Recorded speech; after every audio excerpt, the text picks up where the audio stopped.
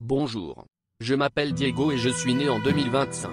Je ne suis pas Diego, le fils de Christophe Colomb, mais je vais vous raconter la véritable histoire du premier voyage de découverte.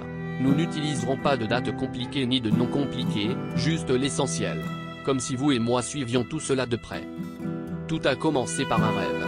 Un homme nommé Christophe Colomb était convaincu qu'il pourrait atteindre l'Asie en naviguant vers l'ouest. Au lieu d'emprunter la route habituelle, il souhaitait traverser le vaste océan Atlantique. Ils se moquèrent de lui, mais il n'abandonna pas. Colomb alla demander de l'aide à plusieurs rois, mais tous refusèrent. Jusqu'à son arrivée en Espagne, où, après une longue attente, les rois catholiques, Isabelle et Ferdinand, lui apportèrent leur soutien. Ils lui prêtèrent 3 navires, le Santa Maria, la Pineta et la Nina. Le 3 août 1492, Colomb et son équipage quittèrent le port de Palos. Et la grande aventure commença. Les navires étaient petits et la mer immense. Les marins étaient effrayés. Ils ne savaient pas ce qu'ils allaient trouver et ne purent apercevoir la terre à l'horizon pendant des jours. Ils naviguèrent pendant des semaines. Certains marins commencèrent à perdre patience. Ils voulaient rentrer. Colomb les encourageait chaque jour, leur disant qu'ils étaient proches. Il leur montrait des branches flottantes, des oiseaux en vol et des signes indiquant la proximité de la Terre. Et puis, au petit matin du 12 octobre, un marin nommé Rodrigo de Triana cria du haut du navire, « Terre !» Tout le monde courut avec enthousiasme. Ils étaient enfin arrivés dans un nouvel endroit. Ce qu'ils ignoraient, c'est qu'ils n'étaient pas en Asie, mais dans un nouveau monde, continent. Colomb débarqua avec un grand drapeau. Il s'agenouilla, rendit grâce et prit possession du lieu au nom du roi et de la reine d'Espagne. Cet endroit était une île des Caraïbes. Nous savons aujourd'hui qu'elle faisait partie de ce que nous appelons aujourd'hui l'Amérique. Les habitants de l'île les observaient avec stupeur. Ils avaient la peau sombre, étaient à peine vêtus, arboraient des colliers colorés et vivaient en harmonie avec la nature.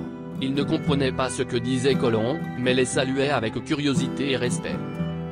Colomb et son équipage offrirent aux indigènes des colliers et des miroirs colorés, qui leur offrirent en retour des fruits, des animaux et même des pièces d'or. Se croyant proches de l'Inde, ils les appelaient Indiens.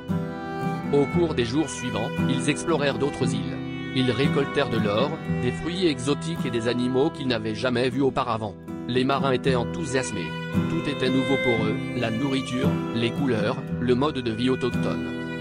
Après quelques mois, ils décidèrent de rentrer. Le voyage de retour fut difficile. Il y eut des tempêtes et le Santa Maria coula sur une île. Colomb laissa quelques hommes sur place et retourna en Espagne avec les 2 autres navires. À leur arrivée, tout le monde voulait entendre leur histoire. Colomb fut accueilli en héros. Il avait découvert de nouvelles terres, ce qui avait changé l'histoire à jamais. Bien qu'il pensait avoir atteint l'Asie, il avait en réalité ouvert la porte à un nouveau monde. Colomb ne revint pas seul. Il emporta avec lui des indigènes, des fruits exotiques, des pépites d'or et des animaux surprenants, comme un perroquet aux couleurs vives et un curieux petit singe qui grimpa sur ses épaules. Il présenta tout cela aux rois catholiques, qui le contemplèrent avec stupéfaction. Ils n'avaient jamais rien vu de tel auparavant. C'était comme si Colomb leur faisait découvrir un monde totalement nouveau, rempli de merveilles inédites. En Europe, j'imaginais. Si vous avez aimé cette vidéo et appris quelque chose de nouveau sur la découverte de l'Amérique, n'oubliez pas de l'aimer, signoquer, et de vous abonner à la chaîne, cloche.